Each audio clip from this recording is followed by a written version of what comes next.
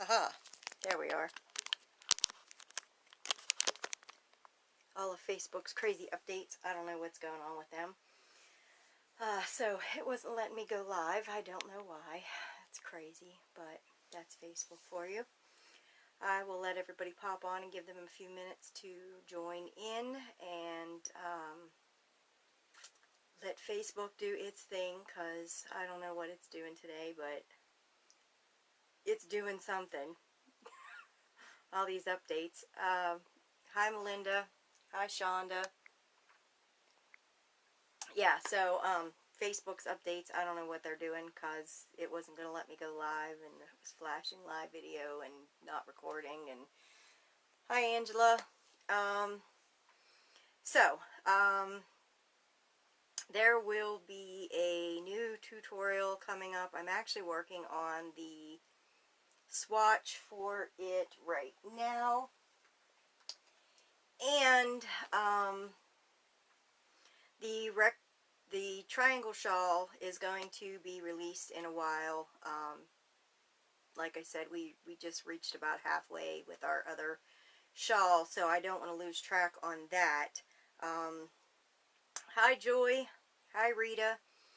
And what we're going to have on the triangle shawl, I'm going to teach you, we're going to have another practice swatch like we had, or practice piece. I hate to call it a swatch because we're more learning the stitches. Hi Donna. We're more learning the stitches. Hi Rita. Then we are going to be doing like a swatch for gauge. It's more for learning the new stitches that we're going to use. The triangle shawl that is going to go on, you're going to need a color changing yarn like this. The color changes are going to really make this design pop. Hi Debbie. Hi Gloria. So the reason that the color changes are really going to make this pop, and I am doing a practice piece for this. I have the graph. I made a graph and wrote it out, and it's going to have all of the instructions with it. There's going to be some video tutorials. So this is actually not even released yet, so don't panic when you see it and go, I can't find it. It's not released yet. But this small piece I'm doing up with this yarn. The color changes are so long on this that you guys are not going to see the effect that you're going to see in a shawl, because you're going to have the wide color changes. So what's going to happen on this piece, let me put my finger in my working yarn, otherwise I'll rip half the row out while I'm trying to hold this up. What's going to happen is these stitches right here along the edges are purl stitches, and I should have used a smaller needle or hook with this, but we get these loops. Let me see, because I'm doing this backwards. See, we have a crochet loop and we have a crochet loop. So this is going to be kind of like a Jacob's ladder, and what you're going to do is you're going to twist your first loop, and then you put the second loop down through the first loop, and it's hard to do this backwards, and these will be weaved up the design, so it's going to kind of look like a Jacob's ladder. And when you do the color change, when we have the color changing, each row that comes up is going to pop in a different color, so it's really going to be pretty when it gets there. Hi Patience. Thank you Angela. Hi Leslie. So this is just going to be the practice piece so that you learn the stitch for this, and the only other stitch that we're really going to learn for this is going to be an increase, and we're not going to do that on this. This is just the practice piece that I'm going to release to you guys so you guys can do it, because there is some new stitches in here that are made in a way that you are not even going to imagine. So this is going to be Jessica's ladder in Tunisian, and when you're done you'll have all these loops that'll look like this, and then you're going to braid them up, And like I said, as you get wider on your shawl and you use the different colors, and you do the loops up the side, it's going to jump and look prettier than just a swatch that we're doing. But this would make a cute washcloth if you wanted to do it in cotton, or you could do it in another stitch and see if you can block it and get it the same size as some of the other ones. I don't know what you want to do with them, but I had a little box that had all these little practice pieces that I did all tossed in it, and I actually donated to the local baby doll club. My granddaughter had a few friends and they all had baby dolls, and they found it and was like, oh, baby doll blankets. So that's where they went. So that's where my practice pieces go. Patience said that, love that you're using Little Favorites for this. Yes, I will be using Little Favorites. The piece that I'm working up now, this is Hobby's Twister. I was hoping, you know, since I'm doing a practice piece and it's not going to be a whole shawl, that I could use a cheaper Hobby yarn than Ria's Fantastic Cakes. So, yeah.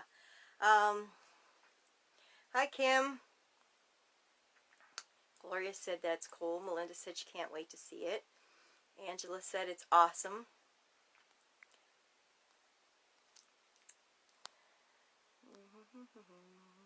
Yes, I think that for the shawl, it's going to be super exciting, especially once we get to weaving them in and you get to the color changes, because, you know, the color changes are what really makes a pattern pop, when you have to weave in and the colors are going to go up and they're going to be different colors. So, like, you know, you're going to have this orange here, but yet you're going to have orange up there. So, Gloria said, what would an equivalent be that I can get at Hobby Lobby? I don't think Erica's on with us yet.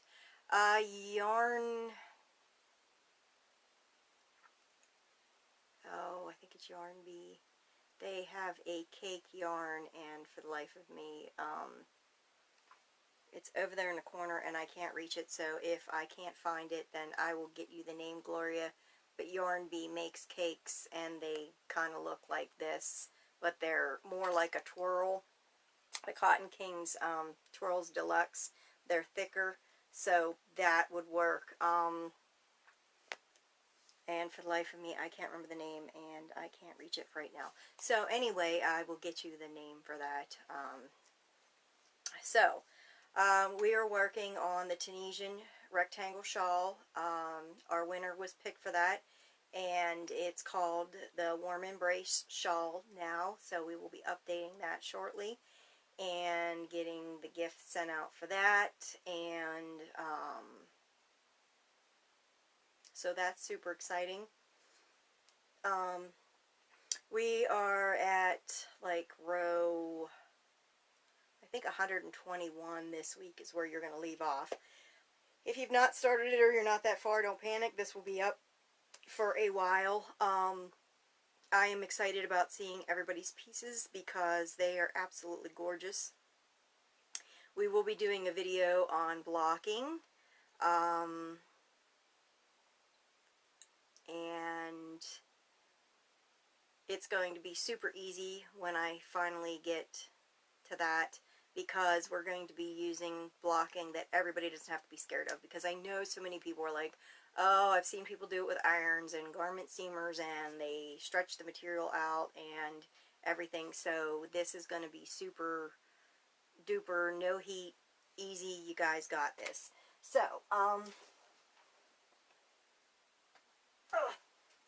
my project is tossed over here for now because, well, I came upstairs with it and all my whips that I had on the table downstairs. But this is the rectangle shawl that we're working on. This is the beautiful border stitches that we're doing, and the inside is beautiful knit stitch, and we've used the slanted stitch and a Tunisian simple stitch, so this is super easy. We have a lot of members that are just starting it now, so like I said, don't panic, don't feel like you have to hurry up and get it done. We're only releasing like 12 rows a week, so you guys got plenty of time to catch up, or, you know, oh, you have an evening where you're going to crochet, you can do, you know, 12 rows and be okay. If I lose you guys, we have a huge storm coming through right now, but it's not pretty out here. So, yeah, this is the bottom. I love these two stitches together. They're beautiful border stitches. Melinda said she frogged hers and haven't restarted yet. And Joy said she's working on her first. So, that's the rectangle shawl that's coming along really nice. The practice piece for that is pinned at the top of the group, so when you guys are done watching me live, if you need it, you can go to the pinned, it's like the first post, and then in the comments it talks about what you need to do, and all the videos are linked, and that's the way that this piece will be as well. And, you know, it really doesn't look pretty now, but when you do it and it's got all the different colors, I think it will be very pretty. And all of these will be, and this is ultimately pretty easy. This has like pretty much a 3-row repeat once you do the border. So if you're familiar with the Tunisian purl stitch, and yes, Yarn Bee Sugar Wheel, I think Angela is correct, they have a few different colors. Gloria. That new one looks absolutely amazing. Thank you. Yeah, my room, my craft room kind of had a lot of things come up here lately because I cleaned the rest of the house, and all of my crafts made it back into the craft room, and they kind of got set on my craft desk. So my craft desk needs cleaned today, tomorrow. It looks like who flung what right now up over in that area, and it's usually not like that. It bothers me when I have stuff cluttered all over the place, because then I can't find what I'm looking for. I am loving seeing everybody's projects come to life, everybody practicing the pieces. If you guys got the practice piece done, or you are starting the practice piece and you have got lost, let me know. Me, Angela, or Erica will help you out. So let's see what else is going on. So yeah, I'm testing this piece out, and like I said, unfortunately the color changes in the cake that I'm using are long, so you're really not going to get to see it fully pop. Joyce said, I'm working on my first Graphghan, the egg. Do I lock in every time I change color, even though it's already on the unit, by going through 2 with a slant, or only when I add a new color? Joy, in the videos, there's actually one for adding a new, there's 3 videos. There's one for a 1 or 2 stitch color change. There's one for changing color, and there's one for, I think it's changing color where the border is, or something like that. They should all be in the units, but they're also in the albums. And if you go to the top of the group and you hit color change videos, the 3 videos should come up. For the color change that I'm teaching here, you're going to go through 2 stitches to change color. Then you are going to do the second stitch of the new color with the second stitch that you picked up. So you're using that second stitch twice. If you're doing a color change where you are doing 1 or 2 stitches, you're going to pick up 2, and then you're going to do that 1 stitch color change, and then you're going to do it again.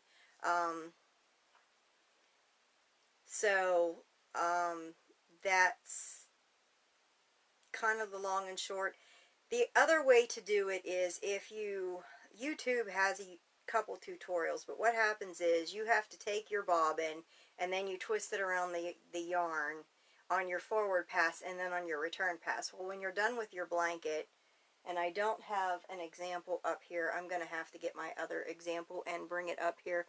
But when you flip it over, from twisting those bobbins, you get a ridge around it, and you can feel the ridge, and it pops up, and a lot of people didn't like that. That's why the group kind of got started, is so many people ask me about the color change that I do, and they were like, this can't be Tunisian, because I would have my Graphghans out for show, and at marketplaces and customers, and I just got so many questions, and then I started teaching locally, and people were like, could you please put it on Facebook and do a group or something, because I work, and that way I can catch it when I have time. So I started a group and thought, well, you know, in a year or two I'll have like, you know, 500 people or something, and it would be fun. And well, here we are with almost 10,000 members, and not even 3 years later. So I love the family that we have here. I hope that answers your questions. If you need help, Joy, just give me a holler. But yeah, you're going to do that on the forward pass. On the return pass, you don't need to do anything. You're just going to cast off as normal, and that's shown in the videos as well. So if you get lost, just ask in here on the main page, or you can even message me. I spent half my day on Messenger helping with sizing and figuring out how much yarn someone was going to need and everything else this morning. Hi, Terry. So, I hope everyone's tea cows are coming along well. We will be starting the rectangle shawl here probably in, I want to say about a month and a half. So that will give everybody a chance to get their yarn and do the practice piece. The practice piece will probably be up in about a month, maybe not even quite that long. I'm hoping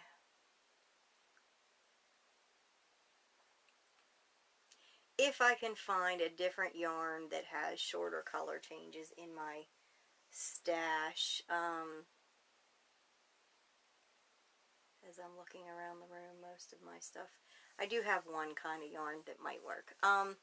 Anyway, I will try it in that. This, like I said, I just graphed out the 32-inch, or 32, actually 31 stitch piece.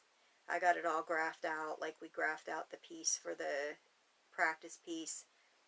So it'll be easier for you guys to follow, because it will have a graph of when you need to change colors, or not change colors, but when you're going to need to do the special stitches. And also I put stitch markers in because these chains are worked completely different than you guys can imagine. And when you see how it's done, you're going to be like, why didn't I think of that? So, let's see, what else? Hi, Penny. Joy said, yes, I'll contact you. Thank you. You're welcome.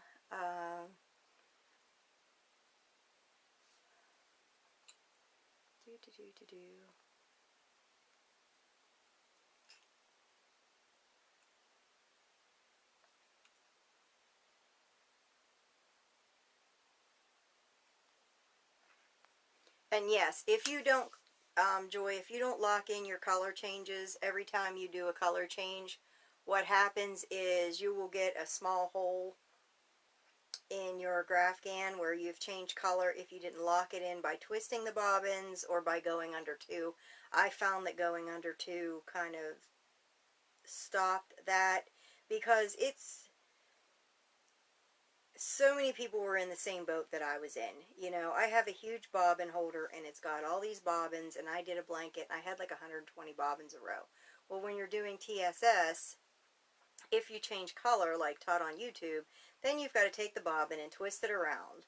And then on the return pass, you got to twist it back the other way. And I had tangles, and I did not like the dotted ridge on the back, and was like, oh gosh, if this is the way this is going to be, then I guess I'm going to stick to single crochet. So in my grandmother's notebook, she did this method, And so I tried it out because she did a sweater for me with it, and she didn't like the color changes either. So I thought, well, time to rip out her notebook and see what I can find in it. And indeed, this method was so much better, and I got cleaner color changes. So thank you, 1970s grandma's book.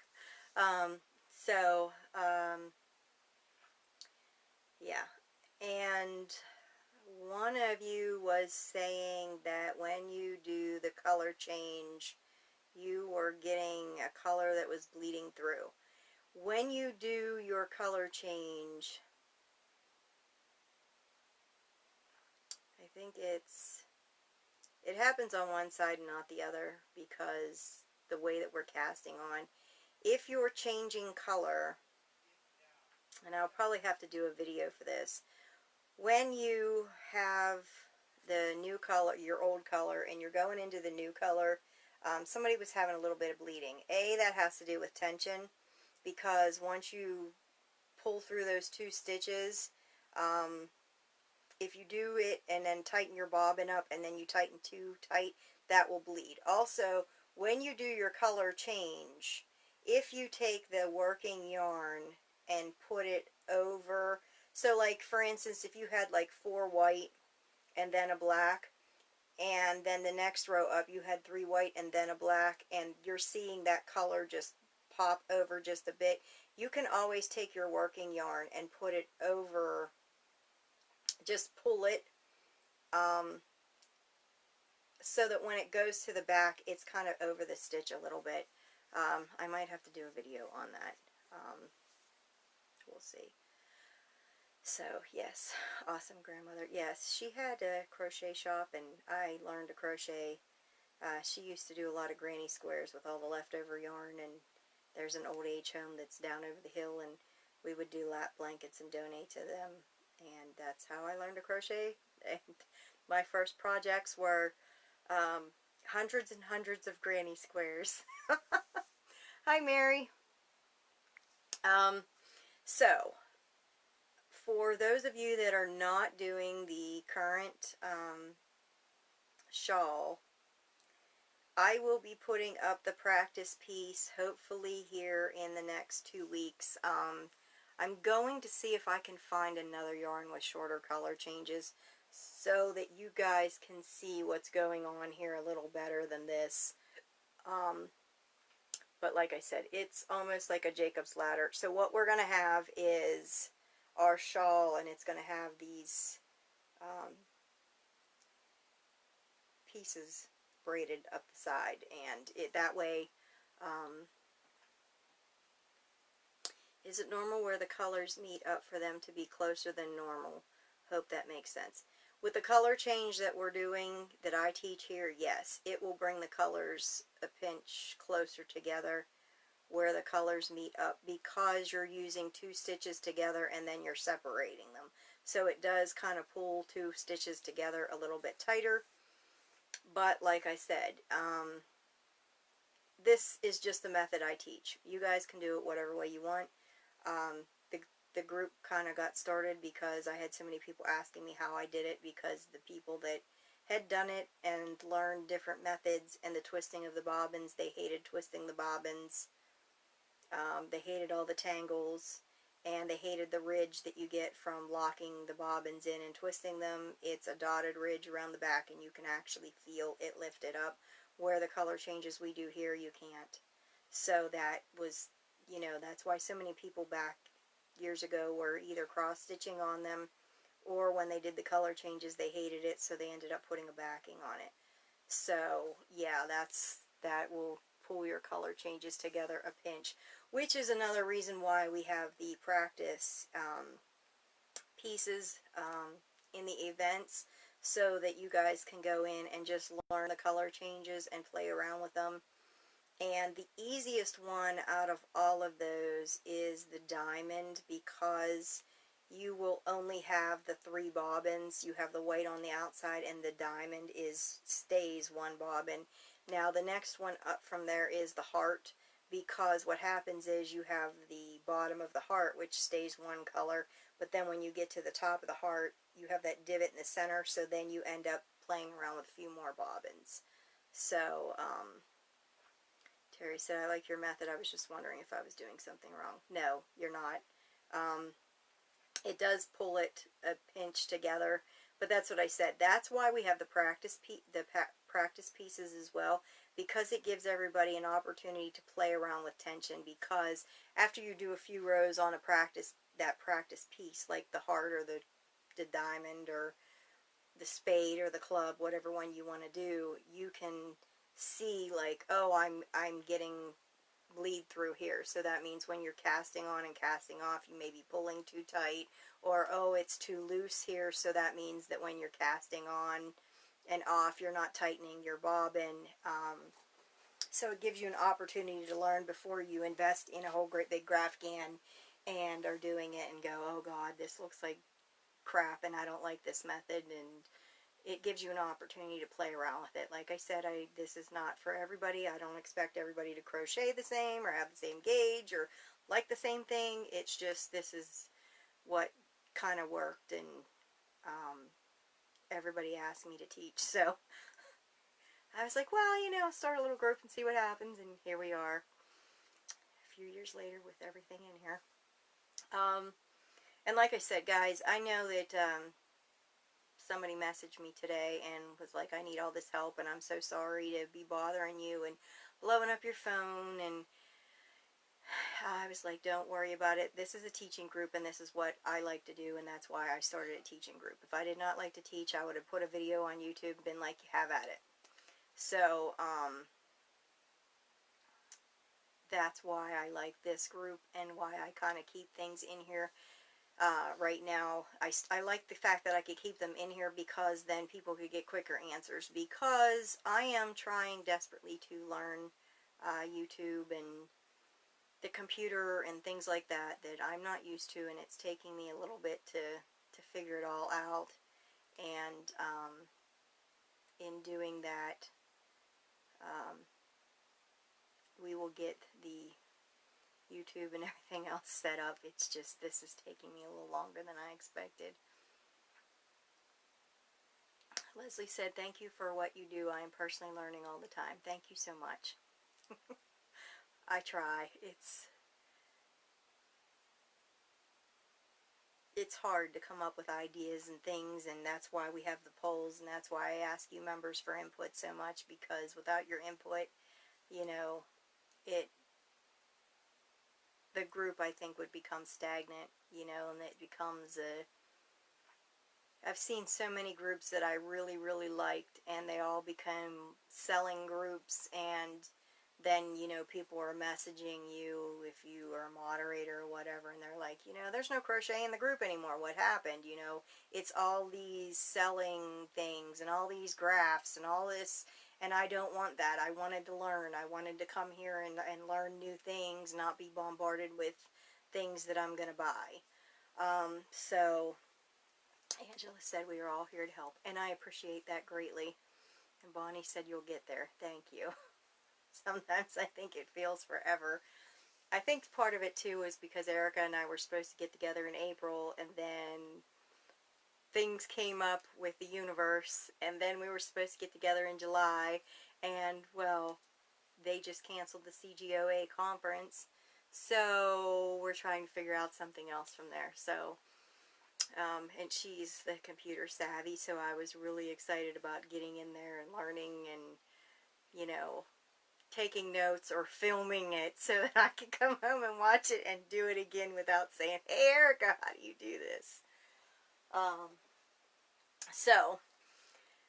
Let's see what else is going on.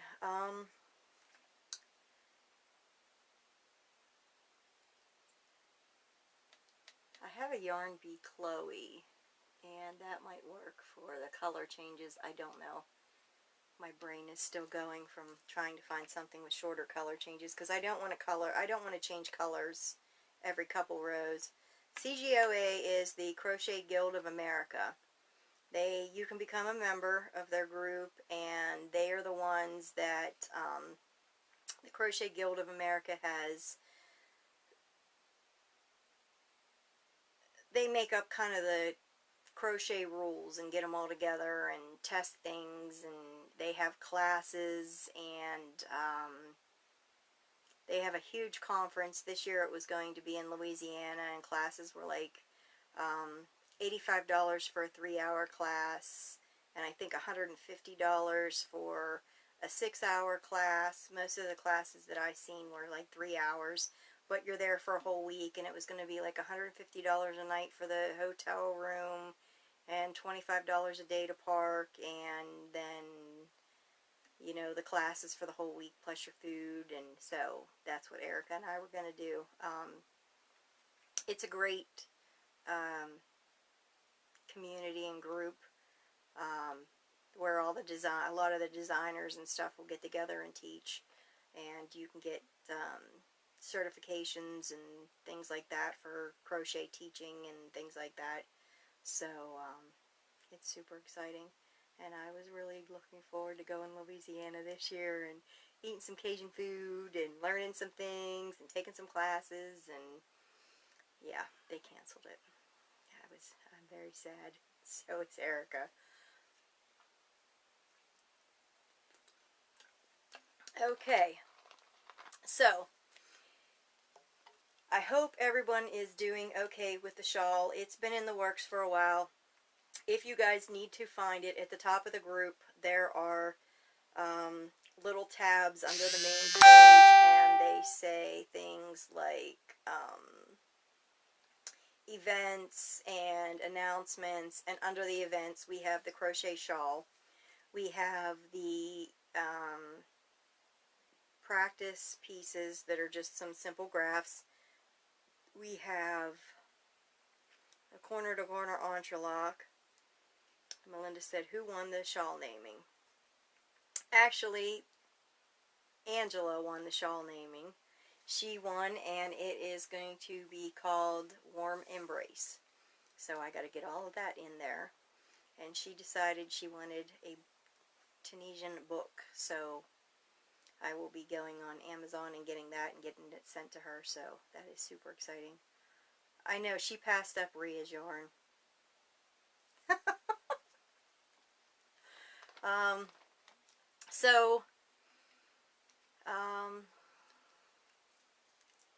Melinda said, congratulations, Angela. Thank you.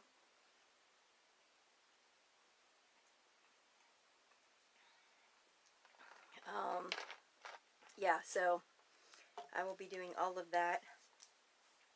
And what else is going on? I am almost done with the red, white, and blue shawl that's that I was testing that is not Tunisian. I have finally gotten down to the last white and the last red, so I am so excited. Not that I'm tired of the pattern, but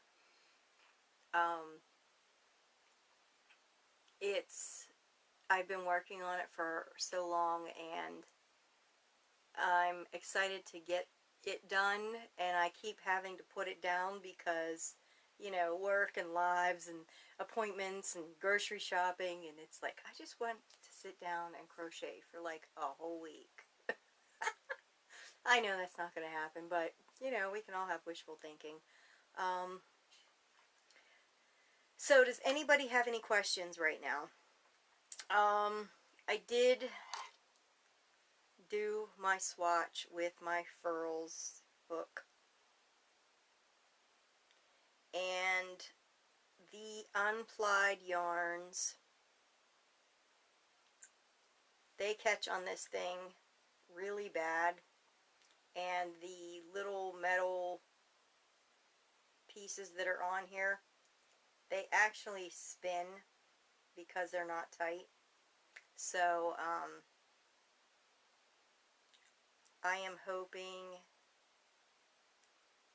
that we can get the other ones, and maybe I can send these ones back. I'm not too happy with them. Is there any way you or a moderator could do a panel or help start a panel like a heart, a paw, an egg? You mean film how to do it, Joy?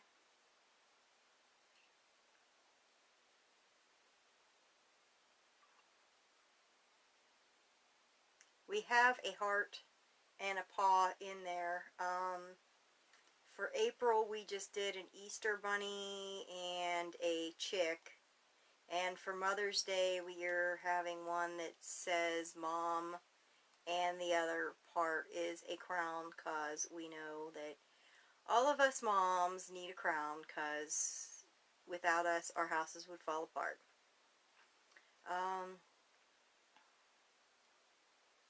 Yes.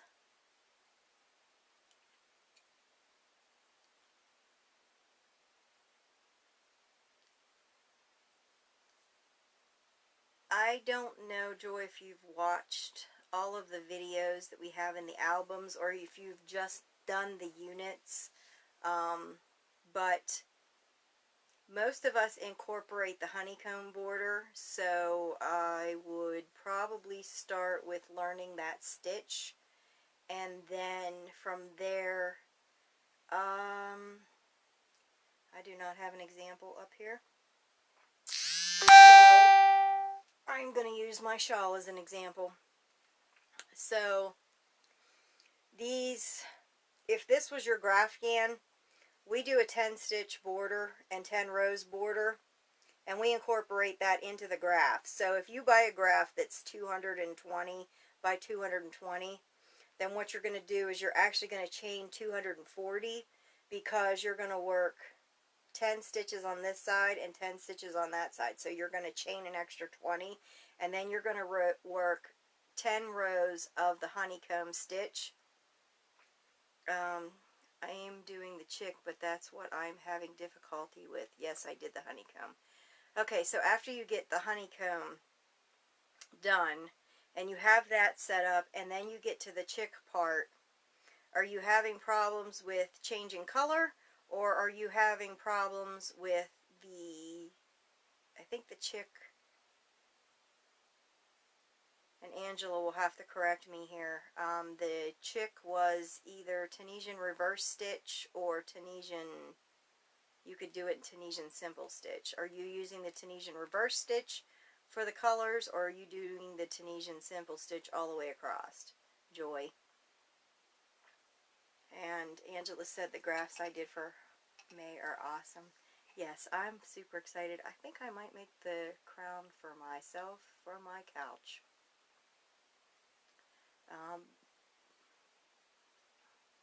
I'll wait till Joy answers there. Color changing difficulties.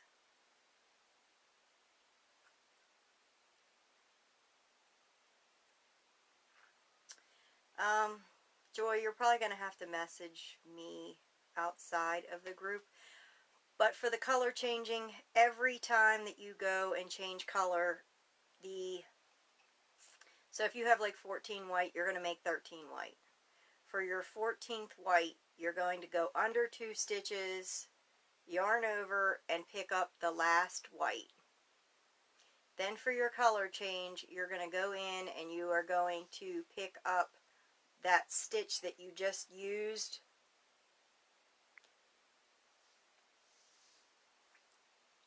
and go under 2 of those. So it'll be the first stitch that you just used and the second stitch. And then when you crochet along, you're just going to use that second stitch until the stitch before the color change. I watched the videos. Yeah, there's 3 of them that explain like 1 or 2 stitch color changes, because I know some of the graphs only have like, since like the chick only has the outline, then what you're going to do is you're going to be going under 2, and under 2 for like the 2 stitch color changes. So that's why that video is important to watch. I'm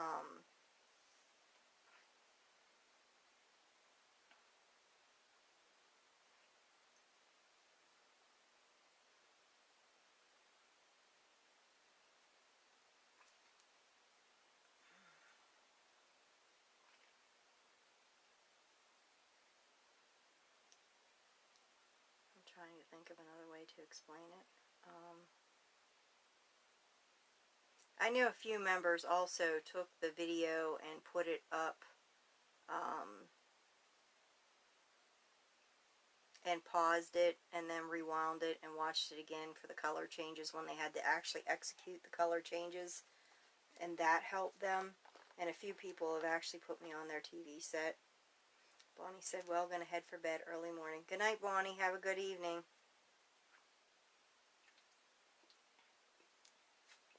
Yeah, and Angela said if you message us, we can help. So you can message Angela or myself or Erica. I think Erica's off this evening. She kind of had a rough day. So,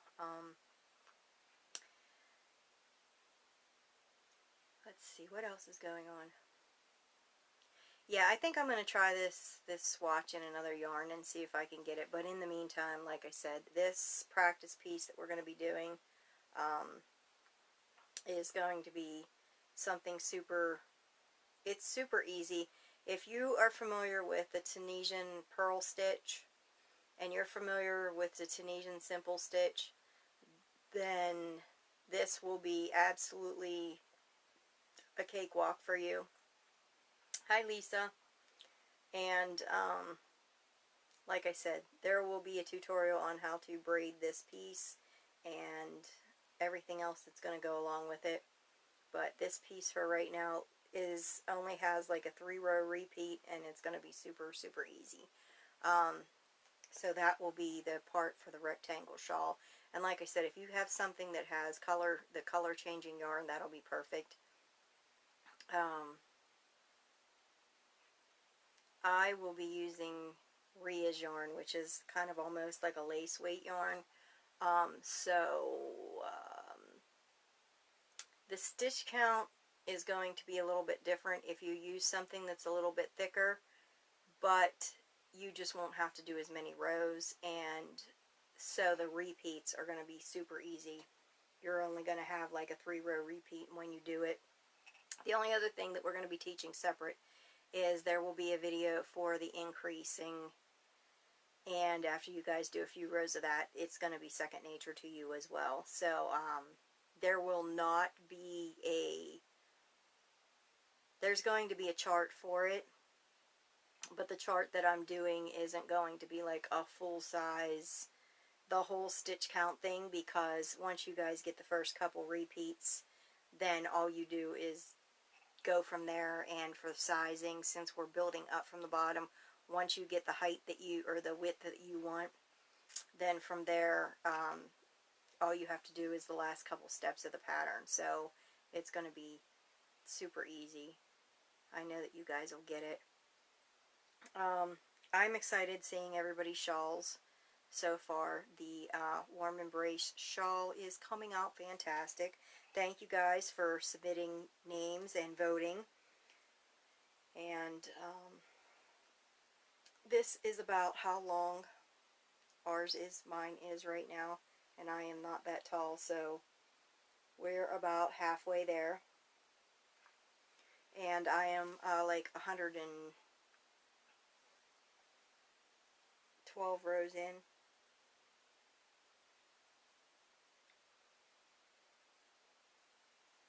Yeah, I'm 110 rows in. I need to catch up. I've been busy with other crochet projects. It's kind of,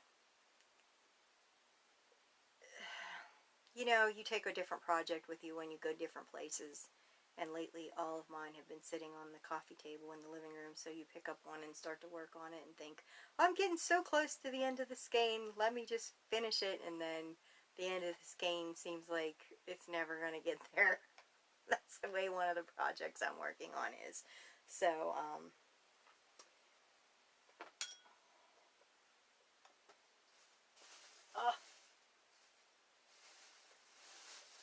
this is the one that I'm working on, that I have this much yarn.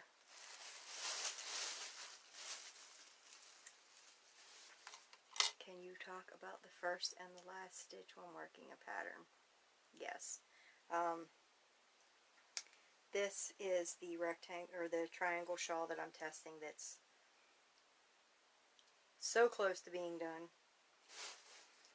The first and the last stitch are considered edge stitches. And edge stitches, when you're working a pattern stitch, in most patterns, like 85, 90%, I'm not going to say it's all, but it's a lot of the patterns, they don't count. And the reason is the first stitch and the last stitch really are not worked. You can't purl your first stitch, or you can't Tunisian reverse stitch your first stitch. And as far as the last stitch, it's the same, because if you work over and you do the last stitch, it doesn't give you a uniform edge. So edge stitches are not worked in most pattern stitches. I'm not going to say it is never done, because there is always an exception to the rule. But for the most part, your first stitch and your last stitch are considered edge stitches, and they will not be worked in a pattern stitch. You will never purl your first stitch. You will never purl your last stitch. Those will always be, the first stitch is always the loop on the hook, and the last stitch is usually worked under both of those bars. So the edge stitches usually in 85 to 95% of the patterns do not actually count as a stitch. Now, I do count them. That was somebody's confusion with one of the patterns that we had in here, is that they were not counting the first stitch as a stitch, and they weren't counting the second to last stitch. So their math was off. Angela said, so you count them towards your total stitch counts, but they are always a TSS. Yes, you will count them as the stitches, but they are not worked. You will not be purling them or doing anything with them.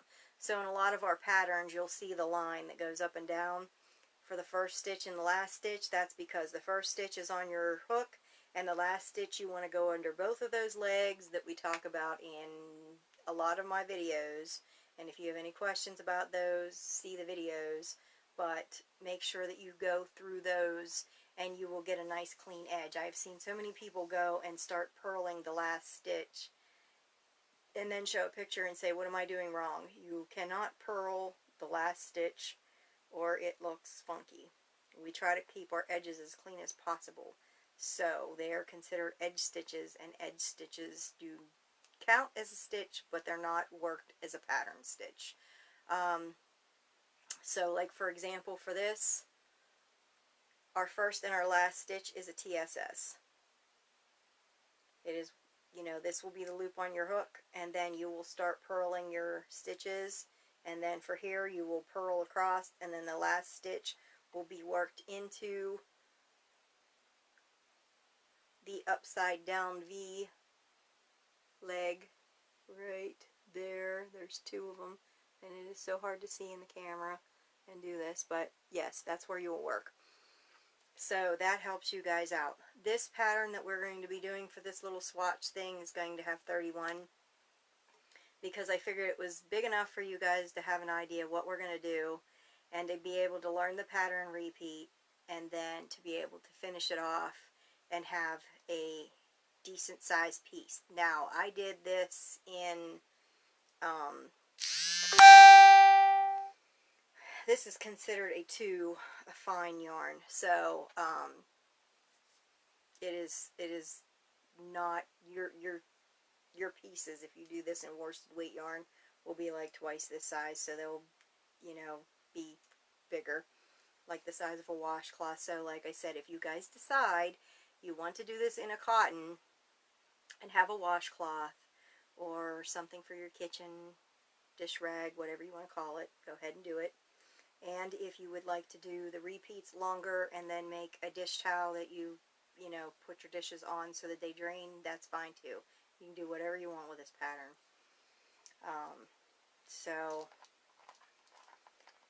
But that should be released here in a few weeks. And do we have any more questions so far?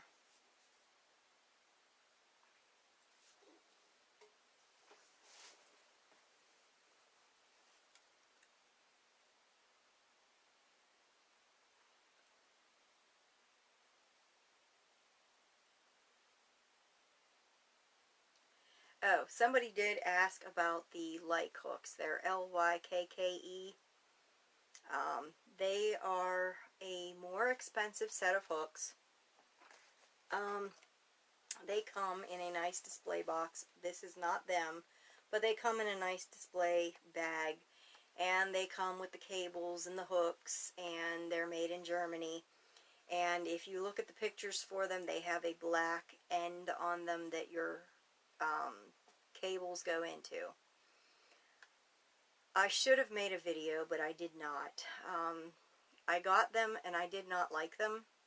Where the connections are to screw your cable in, I had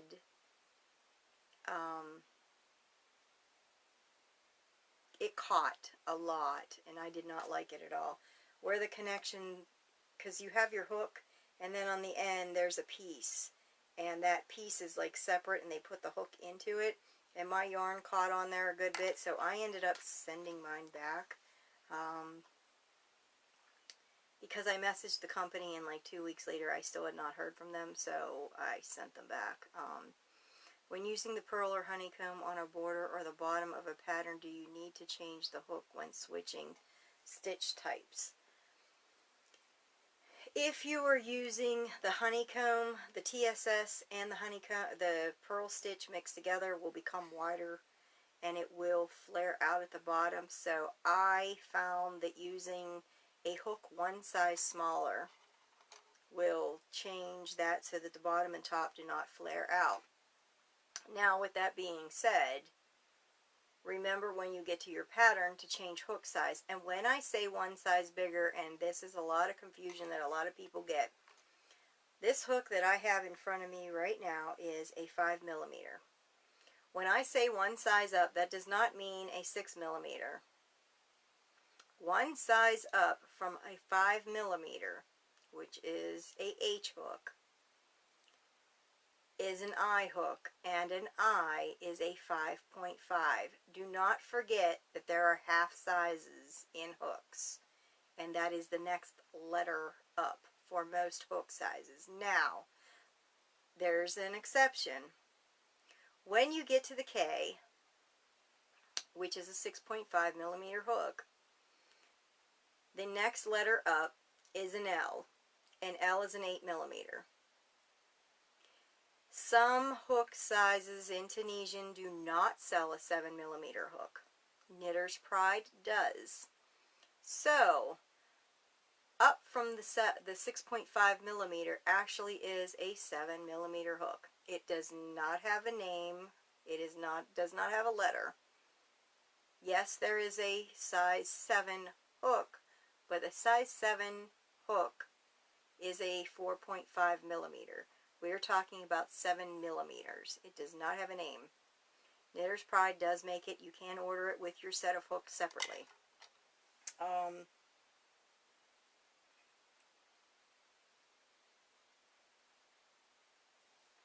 And if you look at the hook sizes on your Knitter's Pride sets, it comes with an EFG 7, which is the 4.5. A 7 hook and a 7mm hook is two different things. A size 7 hook is usually like 4.25, 4.5, something like that. It's different depending on who makes it. And then you have the HIJKLMN and a 12mm in here. For this one, 1, 2, 3, 4, 1, 2, 3, 4. Their 7 hook is a 4.5. These sets do not include the 7mm hook. Now, I ordered my 7mm hook separately, and there are so many times where the K 6.5mm is too small, and the L being 8mm is too big. So I absolutely love the 7mm hook. Now, like I said, just be careful when you order that you're not ordering a size 7 hook, because that's 4.5mm. Make sure that you order the 7mm hook.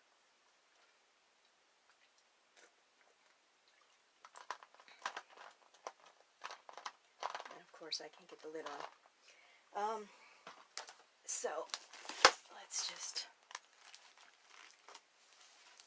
get in here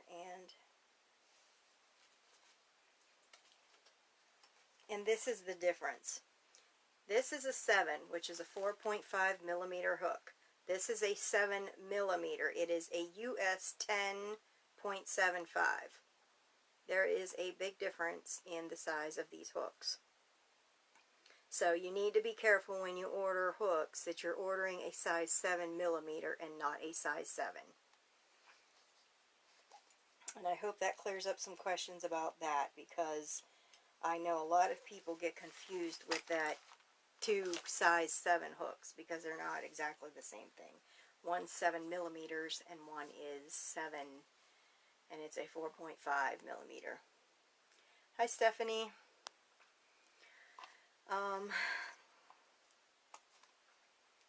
So yes, when you guys change hooks for things and I say one size includes the 0.5s. So, and we usually go by standard sizing here. Not everybody's got to go out and order the 7 millimeter because you need it in here. But the 7 millimeter, you know, if you're going to do Tunisian and you're going to be working with something that's a little thicker, especially because the 6 millimeter hook is so popular with a worsted weight, and you want to do a garment, the 8 millimeter may be too big. The 7 millimeter is a great tool to have in your kit. Angela said, whoa, yep, I did that once. I think we all kind of have, you know, you look at it and you're like, what is this?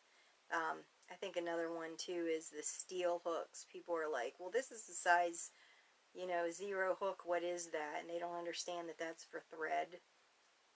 Joyce said, thank you for the clarification. Leslie said, good to know. So yes, I've been watching the Furls Tunisian hooks, and they are on like a 3-month delay now with the virus going on. So when they do open them back up, I will be ordering them, and I will probably be sending these back because I'm not happy with the way that the yarn's catching on them. A few people said their yarn's not catching on them, so I don't know what's different. I thought maybe they would put resin over these to like make it even, but I don't know.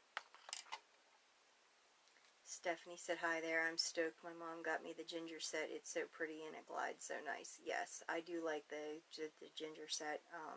It's a little more expensive, and they did not have the ginger set out when I got my Knitter's Pride set, the first one. And I think the Knitter's Pride Tunisian Dream set is a good one to start with because it comes with just about it comes with everything, you know, and you can upgrade from them and get all of the pieces that are in the Knitter's Pride ginger set for less than the ginger set, but you know, it's personal preference.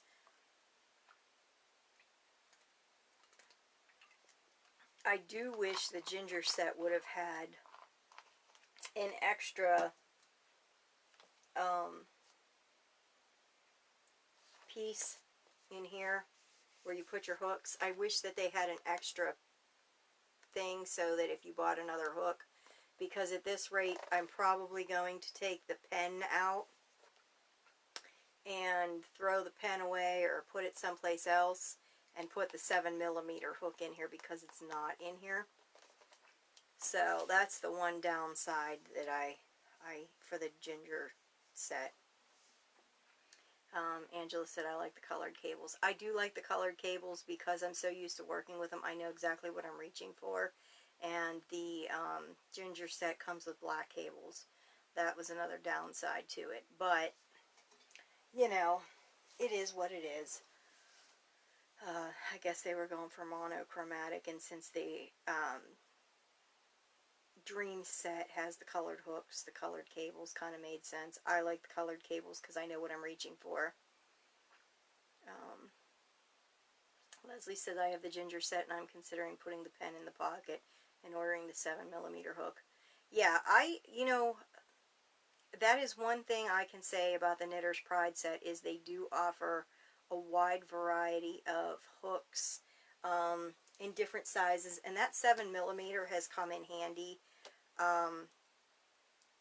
And I know I talk about swatching in here, and I know everybody hates swatching, but I have found that if you do a little swatch that's, you know, 20 stitches wide with 20 rows, and you just play around with it, it is absolutely fantastic for seeing how big a project's going to be, and the feel of the yarn. Is it going to be too stiff? It's so much,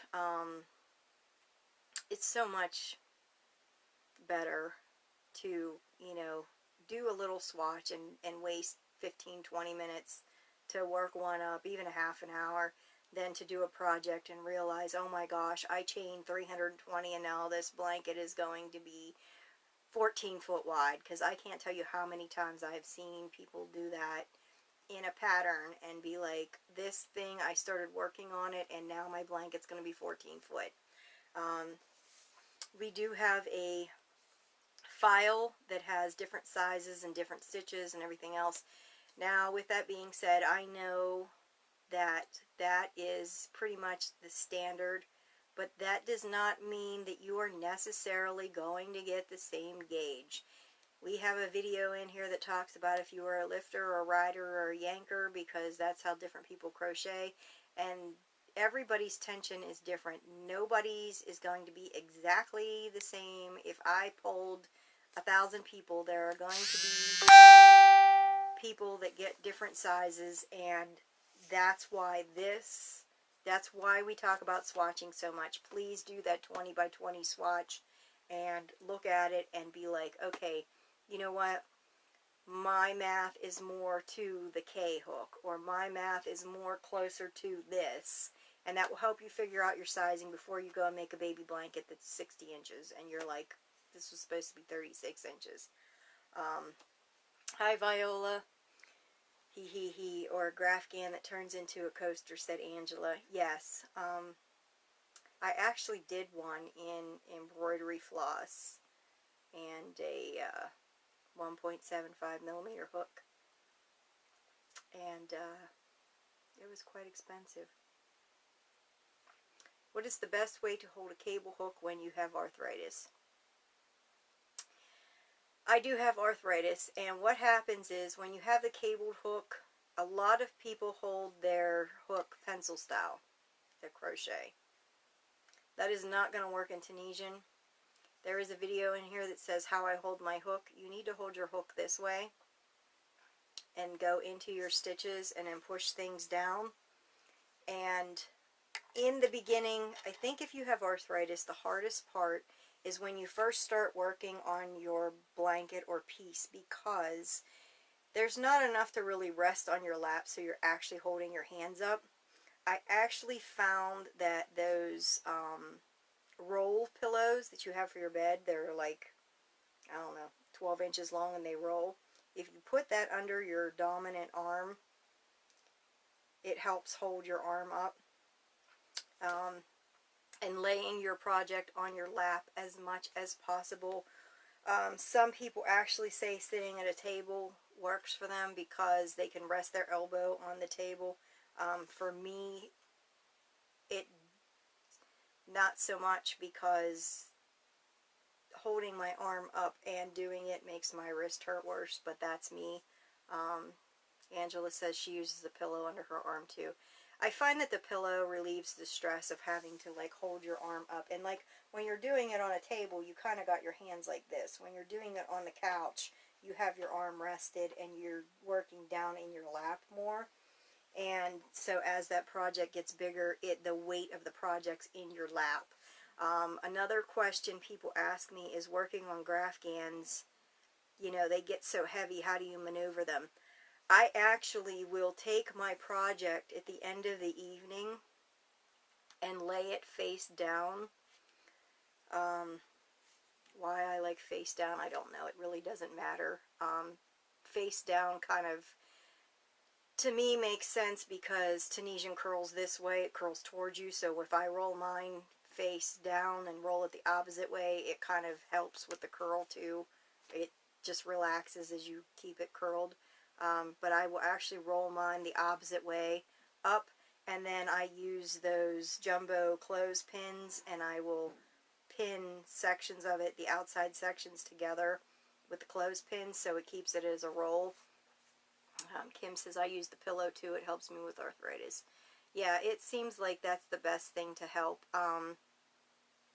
And make sure that your cable is not too long. I know that so many people struggle with this. You only need to use a cable that is between 1/3 and 1/2 of the length of your project. Because if you have I'll do ridiculous, like you have a 90-inch blanket, you're making a king-size blanket, and you got 90 inches, you do not need a 90-inch cable, because then you're reaching down to the end of the cable and you're yanking this up. The object of the cable is more to hold the stitches. Hi, Sharon. Is to hold the stitches while you're casting them on so they don't fall off and you don't lose the stitches. So you don't need, and if you want to see your project, cast off, put a stitch marker clip into the first stitch, and then lay your project out. That way your first stitch won't come undone, and you can lay your project out and see it. That is how I lay my project out when I want to see it. I do not take my project while it's all bunched up on a cable and lay it out and go, okay, well, you know, it looks like I missed something there. Oh, my phone. Oh, there we go. My phone has been doing some crazy stuff lately. And there it goes again. Doing more crazy stuff. I need a new phone. One day all of this stuff will open back up and I can get out and get another one. Let's see, did that make it any better? Nope, it did not.